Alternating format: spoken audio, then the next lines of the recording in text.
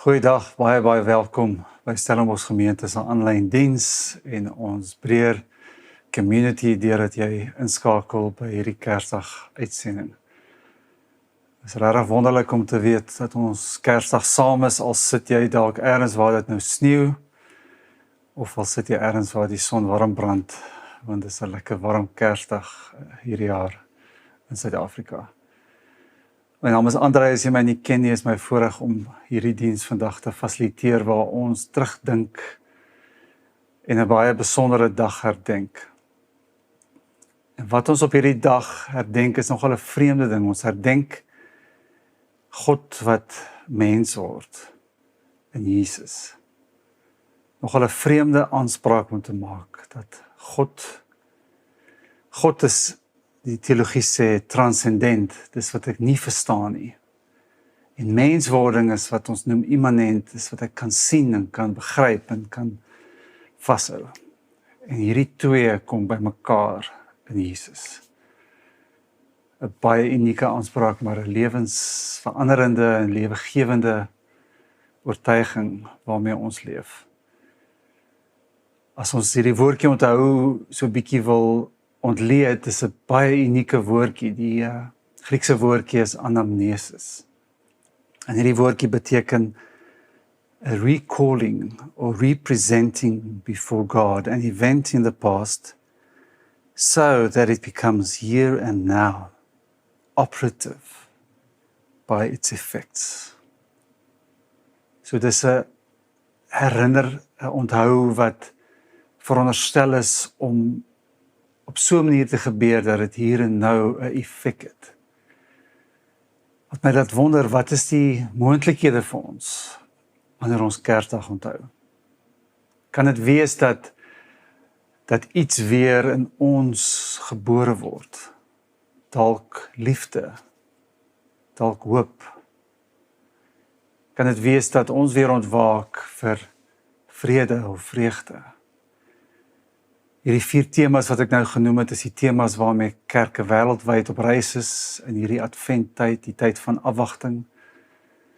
En hierdie afwagting is verby wanneer ons op hierdie dag die geboorte van Jesus onthou.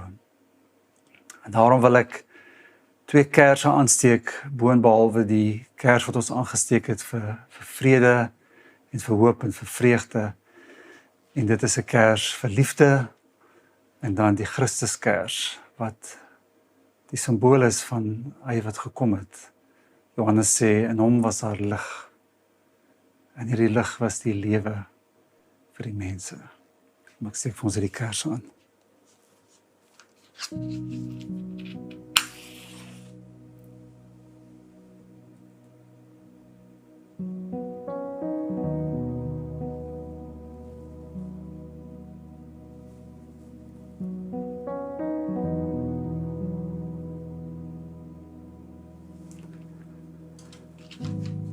Kom ons bid saam. Vader, is 'n voorreg om te kan terugkyk, te kan terugdink, te kan stil word en te reflekteer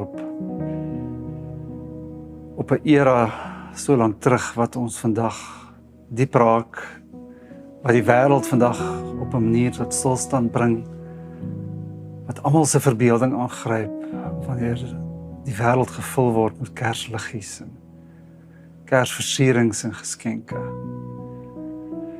Mag ons die geskenk van hierdie dag op 'n nuwe manier ontdek, al ken ons dit so goed, al ons is dit so gewoond. Mag ons onsself oopstel om deur hierdie onthou te ontwaak vir iets nuuts wat in ons gebore word en in ons lewe gee. En hierdie wêreld in ons lewens verryk. Ons vertrou dit in Jesus se naam. Amen. Daar is hierdie mooi lied wat ons baie keer sing in die dienste, Love Can Change the World, waarvan die woorde sê, 'Cause love can change the world. Oh, do we still believe that love can change the world? Do we still believe that love, God is love, Love can change the world. Hierdie is 'n seisoen wat almal van ons raak. Beïnvloed almal, jy kan nie wegkruip vir Kersfees nie. Jy kan nog probeer, maar voordat jy jouself kry, gaan die Boney M musiek in die mall jou tref. Die Kersfees specials op die rakke gaan jou beïnvloed. Jy gaan mense kry wat jy skaars ken, wat gaan aandring daarop om te kuier of om te kom kuier. Die liggies van jou bure gaan deur jou venster skyn en jou wakker hou in die nag. Sosiale media gaan Kersfees jou inhaal. Dis 'n seisoen wat ons almal raak. En dis my gepaste realiteit, want dis 'n boodskap wat ons almal raak. Hierdie boodskap oor liefde. Die boodskap oor 'n liefde wat die wêreld kom verander. Ek weet nie wie hierdie volgende woorde sê nie, ek het dit raak gelees ergens. Jesus Christ incarnate is God's love made visible. Jesus Christ incarnate is God's love made visible. Hierdie is 'n boodskap oor liefde, en omdat dit 'n boodskap oor liefde is, raak dit elke een van ons. Dit raak die van ons wat glo in God se liefde vir ons en dit bely en oortuig is, ons word geroep om sy liefde te beliggaam. Dit raak die van ons wat nie ons geloof in God kan bely nie, maar wel glo in die liefde. Dit raak die van ons wat glo in liefde, maar vir watter rede ook al sukkel om dit reg te kry. Hierdie boodskap sê, hier is liefde wat mens word. Kyk hoe dit lyk.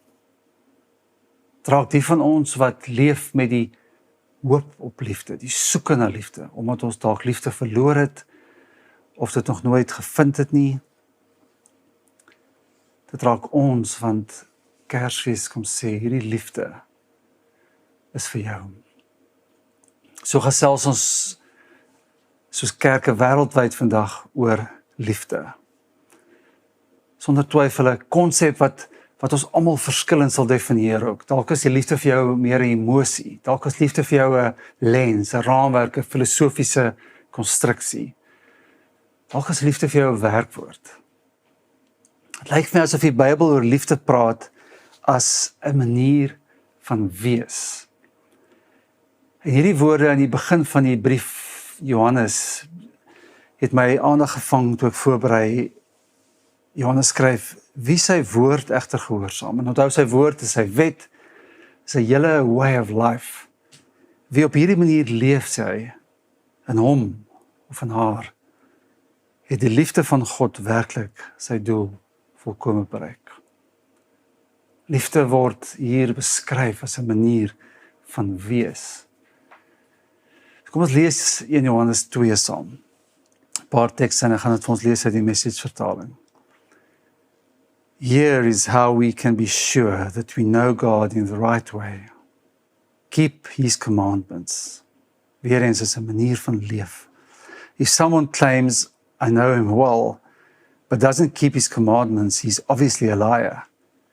His life doesn't match his words. But the one who keeps God's word is the person in whom we see God's mature love. That's my so mooi sin. But the one who keeps God's word is the person in whom we see God's mature love.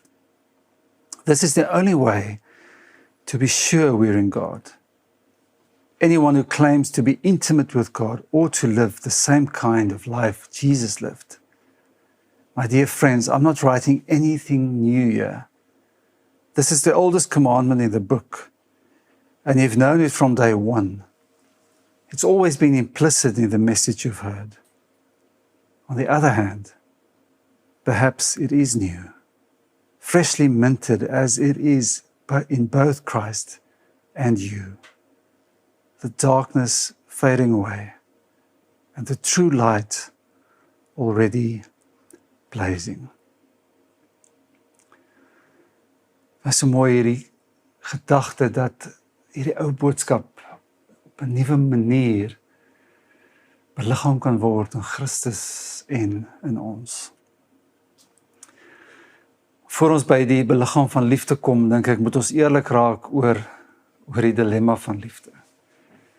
Ek het so vermoede, ons almal vind 'n gemeene deler, ongeag ons teologiese of filosofiese of politieke oortuigings. Ons vind 'n gemeene deler in die dilemma van liefde. Want liefde is inderdaad 'n dilemma. En dit begin by jou siege of jou siel se diep drang na betekenis. Dis 'n soeke waaroor jy nie beheer het nie. Jy het 'n diep versigtiging na betekenis en ons kan nou die draaie loop, maar ons leer ontdek dat betekenis lê opgesluit in liefde. En om sonder betekenis te leef, reken menige teoloog en filosoof, is 'n kondisie wat ons ontneem van lewe en daarom is dit ekwivalent aan siekte. Betekenisloosheid, liefdeloosheid kan ons siek maak. Die dilemma word mooi beskryf deur William James, die skrywer. Hy sê, without it, sonder liefde, no one portion of the universe would have importance beyond another, and the whole collection of its things and series of its events would be without significance, character, expression, or perspective.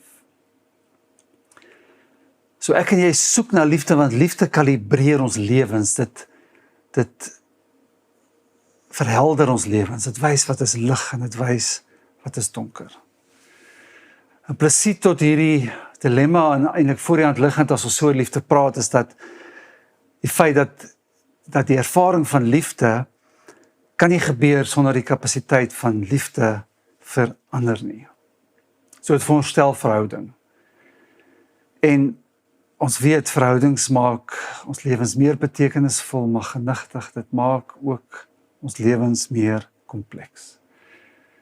Louise Erdrich sê, vang hierdie eerste twee dilemma's mooi op wanneer sy sê, life will break you.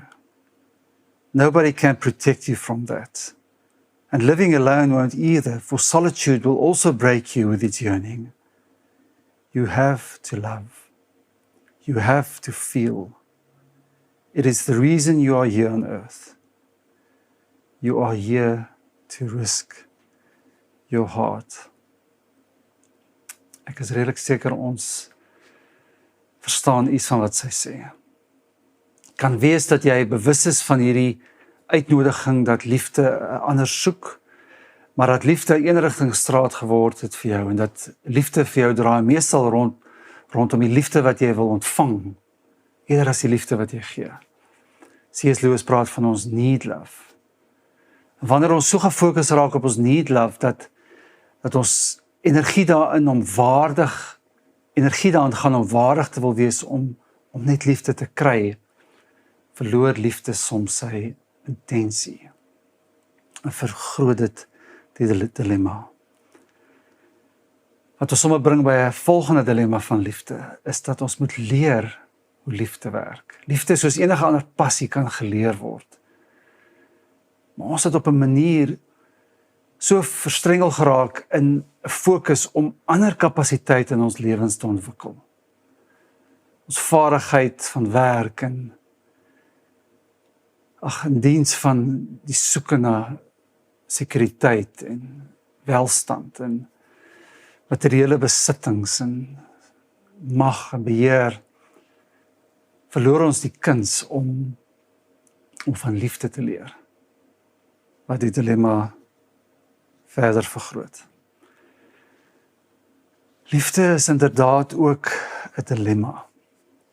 En daarom dink ek, is daar geen ander verskynsel in die lewe waarop ons soveel hoop projekteer as liefde nie. Maar is ook geen ander ervaring in ons lewens wat ons so diep kan teleurstel soos liefde nie. Hoe word liefde meer as 'n dilemma? Watter skuif kan ons maak? Watter verandering in persepsie, watter verandering in gedrag kan ons maak dat liefde iets word in ons lewe wat nuwe moontlikheid inhou. Of miskien 'n lyn met hierdie teks. Hoe kry ons dit reg dat liefde volwasse raak in ons? Ek hoop dat ons vanoggend wanneer ons liefde projekteer op Jesus Christ incarnate, liefde wat mens word, dat hierdie storie ons kan help om 'n skuif te maak in ons persepsie van liefde, wat ons 'n tree nader gaan bring aan betekenis. En die eerste uitnodiging, dink ek, kan ons skryfbord met hierdie woorde: omhels weerloosheid. Indien die geboorte van Jesus die vleeswording van God se liefde is, dan definieer hierdie hele verhaal van Jesus se geboorte liefde op 'n wesenlike manier. Liefde is weerloos. In 'n konteks in Jesus se tyd waar betekenis gedefinieer is as politieke mag en beheer oor mense, as sosiale status, as materiële voorspoed, kom neem God se liefde die vorm aan van 'n baba in 'n krib. Afhanklik, nederig, weerloos, persoonlik. En ek weet nie hoe ons dit dalk soms mis nie, maar wat ons uit hierdie storie moet aflei, is dat God dit van die begin af anders gaan doen as wat ons gewoond is, as wat ons dink. Daarom kan ons selfs in die konteks van vandag hierdie geboorteverhaal kontrasteer en tot dieselfde konklusie kom. God doen dinge anders. God kyk anders. Jesus kom bevestig dit wanneer hy die orde omkeer op soveel plekke, op soveel maniere. Wanneer hy kom sê, draai die ander wang. As jy wil lei, moet jy volg. As jy eerste wil wees, moet jy laaste wees. As jy leier wil wees, moet jy dien. Hy sê jy is geseënd wanneer jy treur, wanneer jy sagmoedig is, wanneer jy soek na wat reg is. Hy sê jy word nie gemeet aan die eksterne of uiterlike gedrag nie, jy word gemeet aan die intensie van jou hart. En al hierdie uitnodigings en wyshede van Jesus, dink ek, nooi ons eenvoudig tot een manier van wees, en dit is wees weerloos. Wees weerloos in jou liefde. Gee oor, gee prys, gee beheer weg, gee jou eie vermoëns weg en leer vertrou op God. Leef so dat jy inderdaad waagmoed nodig het. Leef so dat jy nie in beheer is nie. Leef met 'n openheid tot ander en tot iets wat buite jou eie kapasiteit lê. Dit is vir ons so teenstrydig met die kultuur van ons tyd, met ons eie gewoontes, dat ons nie weet wat weerloosheid beteken nie. En daarom vat dit ons op 'n reis, dink ek, van 'n leeftyd. Dit neem ons 'n hele leeftyd om te ontdek hoe liefde lyk wat weerloos is. Maar hopelik ontdek ons elke dag so 'n stukkie van hierdie waarheid wat die skrywer Susan Sontag ontdek, en wanneer sy sê, "What I have to get over, the idea that the value of love rises as the self dwindles." Dit is 'n vreemde gedagte. As ek myself gaan begin gee, dan word liefde meer. Paulus het hierdie waarheid vroeg ontdek toe hy vir die gemeente in Filippi sê, dieselfde gesindheid moet in julle wees wat daar ook in Jesus was. En dan beskryf hy Jesus se keuse om nie vas te klou aan die status van sy identiteit nie, maar om homself te gee. Die digter Khalil Gibran probeer vir ons dieselfde ding sê, maar met 'n poëtiese vryheid. En luister mooi hierna. For even as love crowns you, so shall he crucify you. Even as he is for your growth, so is he for your pruning. Even as he ascends to your height and caresses your tenderest branches that quiver in the sun, so shall he descend to your roots and shake them in their clinging to the earth. Like sheaves of corn, he gathers you unto himself. He threshes you to make you naked. He sifts you to free you from your husks. He grinds you to whiteness. He kneads you until you are pliant. And then he assigns you to his sacred fire, that you may become sacred bread for God's sacred feast. Die geboorte van Jesus, die lewe van Jesus, die liefde van Jesus kom bevestig hierdie ongelooflike vreemde paradoks. Dat daar iets lewegewend is daaraan. Wanneer ek en jy liefde as weerloosheid ervaar en onsself gee. 'n Tweede uitnodiging uit die storie en die boodskap van Jesus. Gee liefde 'n plek. Jy sal nou verstaan wat ek daarmee bedoel. Jesus leef met hierdie soort weerlose liefde, is 'n lens waarmee hy na die wêreld kyk, maar dit is nie abstrakte of filosofiese of teoretiese liefde nie. Dit word telkens geplaas. In Engels sou ons sê, it is placed. Liefde kry 'n plek, kry 'n konteks waar liefde nodig is. Het gebeur by 'n put waar 'n weerlose vrou kom soek na water, maar eintlik identiteit. Het gebeur in 'n bootjie tydens 'n storm waar mense bang is. Het gebeur op 'n berg langs die see waar mense soek vir genesing. Het gebeur op 'n dorpsplein waar 'n vrou wat gesondig het, shame ervaar. Het gebeur in 'n sinagoge waar mense kom om te soek na God. Liefde kry elke keer 'n plek. Jesus se hele boodskap maak liefde konkreet tot mense, omstandighede en plekke. En ons wil dikwels liefde in die lig laat hang asof hierdie abstrakte ding, en dan word ek herinner aan die betekenis van die woord Utopia, wat ons dikwels dink ek sou soek in liefde. Die woord Utopia beteken letterlik no place. Liefde kort 'n plek.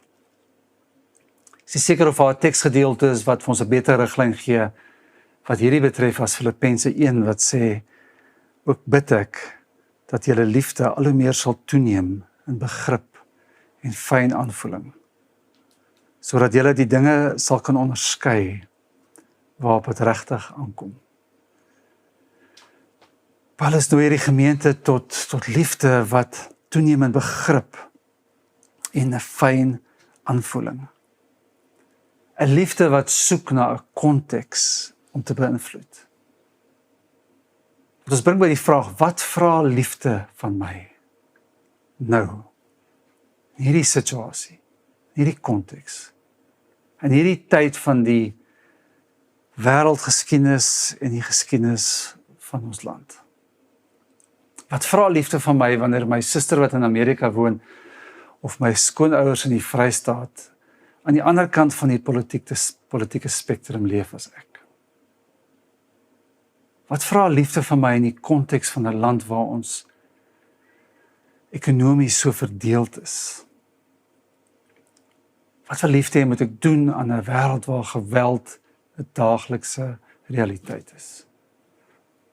Hoe tree liefde op in 'n wêreld wat al hoe meer gefokus raak op individualisering, op materiële besit? Wat doen ek wanneer 'n buurvrou alleen is, alleen oorbly? Wat sal liefde my nooi om te doen? Wat vir liefde moet ek doen in die konteks van geliefde wat worstel met genderidentiteit. Dis hoe konkreet liefde moet raak. Liefde moet leer reageer. Liefde moet leer respond. En die woord responsibility, the ability to respond, die verantwoordelikheid van liefde, vra van my en jou telkens response. En om te verstaan wat liefde vra, moet ons begrip ontwikkel. 'n fyn aanvoeling. Ons moet leer kyk, ons moet leer waarneem, ons moet leer luister. Wat ons natuurlik nooi nader tot die werklikheid waarbinne ons leef, sodat liefde 'n plek kan kry. Ek dink dit is belangrik om te sê dat liefde nie net, dat onvoorwaardelike liefde, nie net vashou is nie, maar ook soms konfronteer. Ons lees dat liefde en waarheid hande vashou en behoort hande vas te hou. So soms skep liefde, trek liefde 'n streep en sê hier's 'n grens. Maar selfs dan, dink ek, word dit ervaar as liefde, want dit skep 'n grens vir iemand se ervaring wat dikwels net oorweldigend is.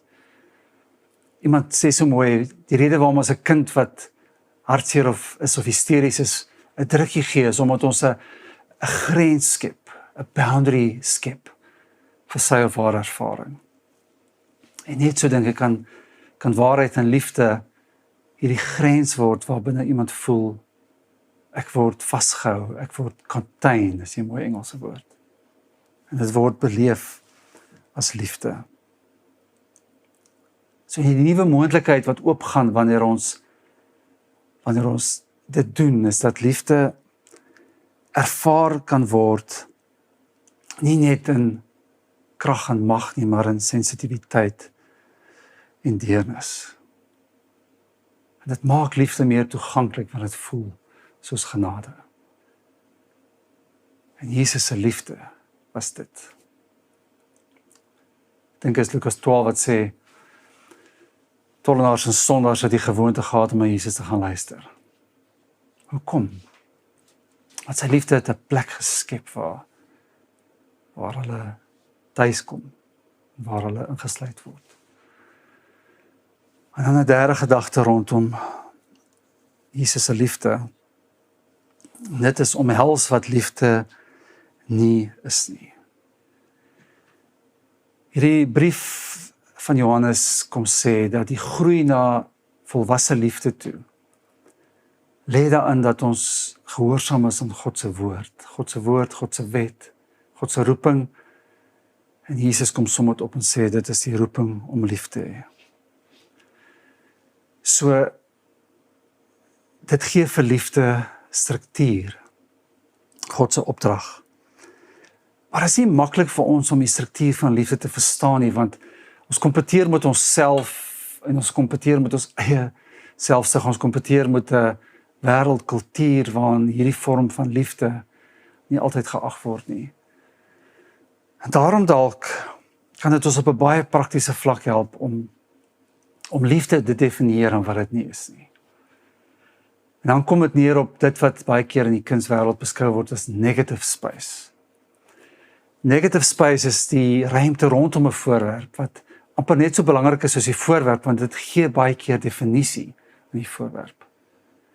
En hier is 'n voorbeeld van negative space. Dit is my hande wat vorm gee aan die hartjie. Daar's nie 'n lyn getrek vir die hartjie nie, dit is die negative space van my hande wat die positive space van hierdie hartjie skep.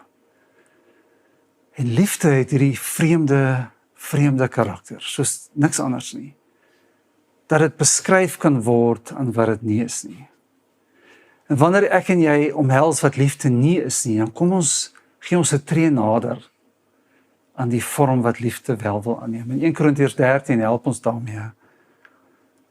Die liefde is nie afgunstig nie. Is nie grootpraterig nie, is nie verwaand nie. Handel nie onwelvoeglik nie. Soek nie sy eie belang nie, is nie lig geraak nie. Hou nie boek van die kwaad nie. Verbly hom nie oor die onreg nie. Ek en jy sal die res van ons lewens kan besig wees daarmee, om nie hierdie dinge te doen nie.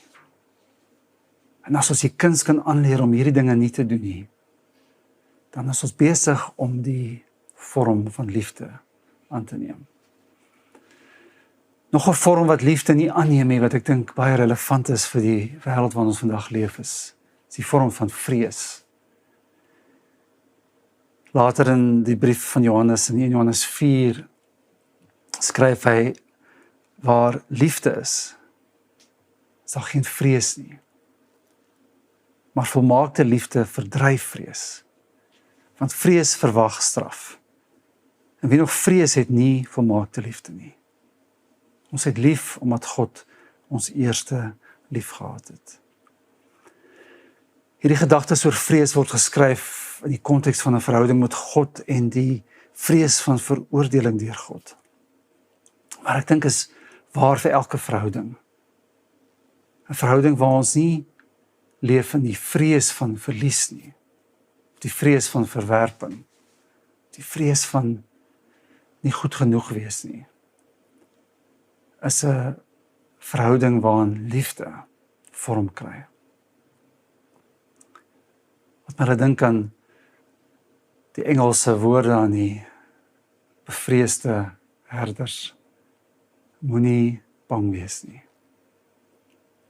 As daar een plek is waar liefde vorm aanneem, is dit waar ons dit reg kry om ons vrees te laat gaan. Hooplik kan hierdie eenvoudige dinge wat ons kan doen, wat liefde nie is nie, ons help om vorm te gee aan liefde. Want dit skep die ruimte waar liefde kan gebeur. Miskien kan hierdie metafoor van hierdie hartjie jou help. Miskien kan jy 'n tree nader gee aan liefde in hierdie jaar wat kom, deur te begin fokus aan alles wat liefde nie is nie, hierdie negatiewe ruimte. Sal kan tree nader aan liefde.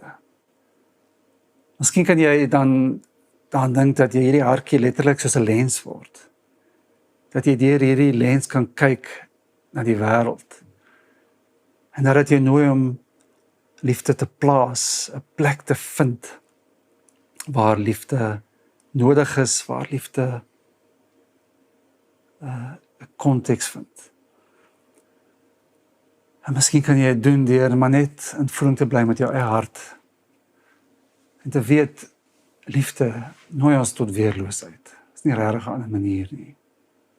As jy jou hart oopstel vir liefde, stel jy jouself oop vir 'n klomp ander dinge. Maar wanneer jy jouself afsluit vir liefde, sluit jy jouself ook af vir die emosies en die ervarings wat betekenis gee. Miskien wanneer ons dan 'n tree nader kan gee aan liefde. En liefde so tree vir tree kan begin regkry. Kom ons ook 'n treetjie nader aan 'n manier van wees wat op die einde tog baie lyk soos geloof. Ek gaan jou 'n oomblik van stilte gee waarin jy net jou hart en jou gedagtes gebed maak en dan sluit ek vir ons af.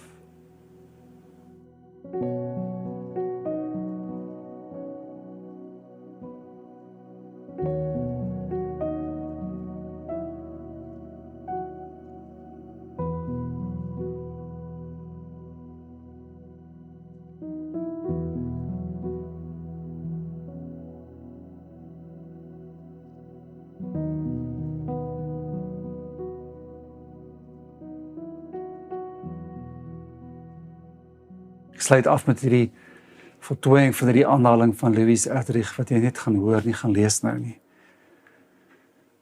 Sy sê, you are here to be swallowed up.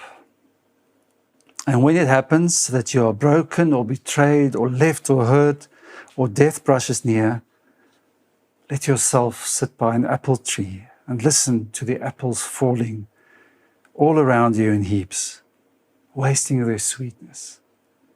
Tell yourself that you tasted as many as you could. Mag ek en jy opnuut hierdie Kerstyd inspireer word om onsself oop te stel vir liefde. Weerlose liefde. Wat soos lig word in die donker. En wat hierdie wêreld verander. Mag ons herinner word dat ons het lief omdat hy ons eerste lief gehad het. Amen. Ek hoop jy het 'n ongelooflike spesiale dag gevul met liefde, omring met liefde. En dat jy baie lekker rus in die volgende paar weke. Ons vat ook so 'n ruskans wat betref die formele eredienste in SG. Ons het nie op die 29ste Desember en die 15 Januarie fisiese eredienste nie. Wel 'n kort refleksie, audio refleksie wat ons uitstuur op ons sosiale media en WhatsApp bronne, so maak seker jy kry dit. En dan 12 Januarie is ons weer terug in Laerskool Stellenbosch en sien ons uit om julle almal weer te sien. Tot dan mag jy 'n wonderlike rustyd en vakansie.